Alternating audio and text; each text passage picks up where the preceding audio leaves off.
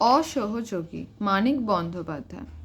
রমেনের বাবা হর্ষনাথ ধনেশগঞ্জের মস্ত আওতার।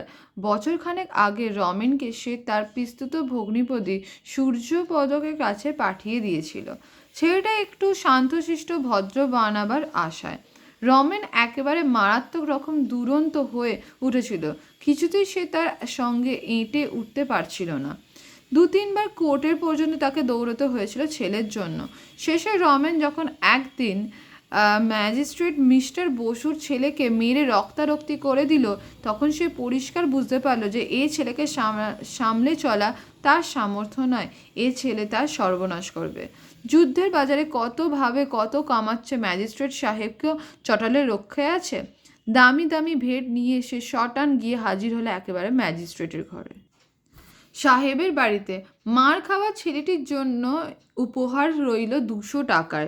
লুটিয়ে পড়ল মিসেস বসুর পায়ের তলে, প্রার্থনা করল রমেনের নিস্তার। ছেলের সম্বন্ধে কী ব্যবস্থা করবে আগেই সে ভেবে করে ফেলেছিল, তাই বিনা দ্বিধায় জানিয়ে দিল যে ভয় পেয়ে রমেন কোথায় পালিয়ে গেছে, ফিরে এলে খুঁটিতে বেঁধে তাকে চাপকে লাল করে দেবে। সেই দিনই রমেনকে নিয়ে সে কলকাতায় রওনা হয়ে গেল ছেলেকে সূর্যপদক জিম্মায় করে দেওয়ার জন্য। রমেনের মা একটু আপত্তি করেছিল, উনি স্বদেশী টদেশী করেন শুনেছি তো, খোকাকে আবার না বিগড়ে দেয়।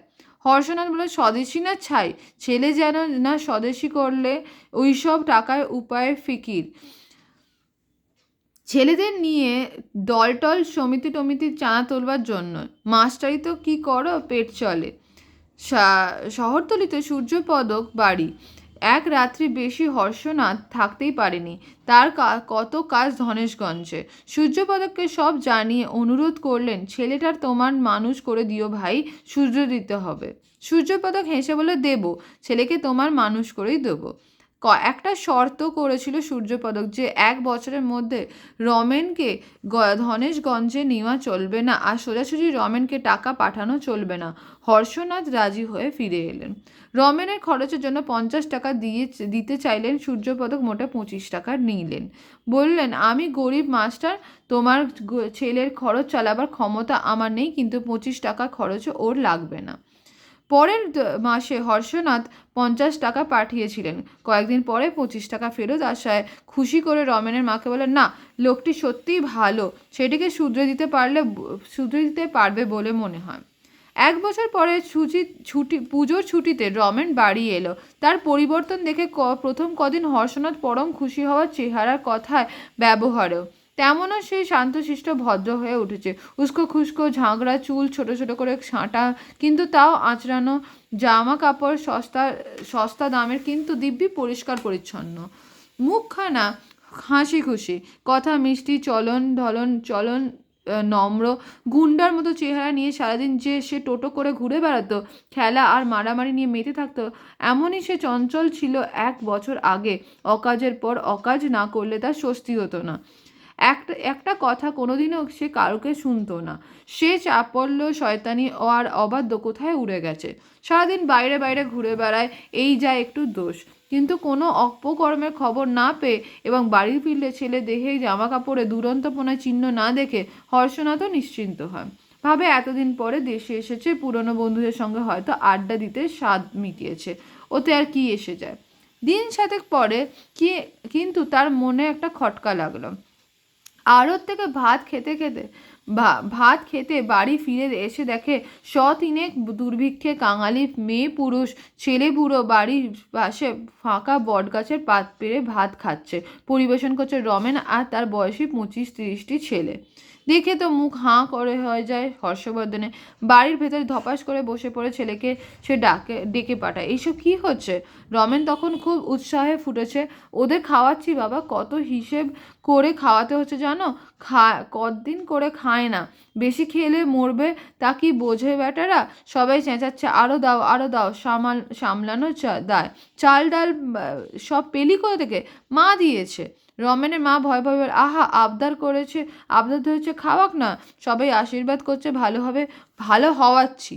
বাড়ির ভাড়াটার প্রায় ছোটোখাটো একটা গুদাম ঘর। আগে হর্ষনাথ রমেনের মায়ের কাছে ভাড়ার ঘরের চাবি সংগ্রহ করলো, তারপরে বটতলায় খাওয়া শেষে সকলকে হাঁকিয়ে দিল। আধার নেমে এলো রমেনের মুখে। সে বলল, আমি ওদের 7 দিন রোজ খাওয়াবার কথা বলেছি বাবা, তারপর ওরা গাঁয়ে ফিরে যাবে। চুপ কর বেয়াদব কোথাকার! 7 দিন ধরে খাওয়াবে আমাকে ফতুর করে দেওয়ার মতলব? দিন যায়, প্রতিদিন চারদিকে দুর্ভিক্ষে কান্না হু হু করে বেড়ে যেতে থাকে। রমেন আর হাসে না, খেতে বসে না, ভাত ছড়িয়ে উঠে যায়, দুধ পড়ে থাকে দুধের বাটিতে, সন্দেশ পিঁপড়েরা খায়। হর্ষনাথ রাগ করে বলে, কি জ্বালা বাপু, কেন হয়েছে কি? সবাই না খেয়ে মরে যাবে, তুমি কি কিছু করতে পারবে বাবা? দিলাম যে 20 মণ চাল রিলিফ। 20 মণ? তোমার আড়তে হাজার হাজার মণ চাল রয়েছে, সবাই ছি ছি করবে বাবা, সবাই আমাকে ঘেন্না করবে তোমার ছেলে বলে। চুপ কর বেয়াদব কোথাকার! 2 দিন রমেনকে খুঁজে পাওয়া গেল না। রমেনের মা কেঁদে কেটে অস্থির হয়। মনে মনে যথেষ্ট শঙ্কিত হলেও হর্ষনাথ বাইরে মুখ গম্ভীর করে থাকে। রাগে ভয়ে দুশ্চিন্তায় তার মেজাজটা যায় বিগড়ে। ভাবে রমেনকে ফিরলে মেরে তাকে আর আস্ত রাখবে না। 2 দিন পরে রমেন ফিরলে তার চোখের চাউনি দেখে দুটো ধমক দিতেও তার কিন্তু সাহস হলো না। কোথায় একটা খাপছাড়া অদ্ভুত দৃষ্টিতে রমেন আজকাল তার দিকে তাকাতে আরম্ভ করেছে দেখে তার মনে ভয় ভয় হয়। কোথায় গিয়েছিলিস না বলে? অনাথবাবুর সঙ্গে সাতগাঁয়। অনাথবাবুর সঙ্গে? তার পরম শত্রু অনাথবাবু। সেই দিন যার জন্য প্রায় 1000 মণ চাল গুদামে তোলার বদলে বাঁধা দামে বিক্রি করে দিতে হয়েছিল তাকে? রমেন আবেদন ও আবদারের সুরে বলে, কি অবস্থা হয়েছে তুমি ভাবতে পারবে না বাবা।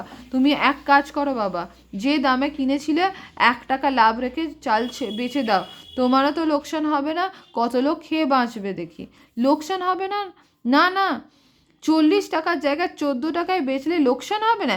কি হিসেবে তুই শিখেছিস? কথাটা হর্ষনাথ উড়িয়ে দেওয়ার জন্য চেষ্টা করে।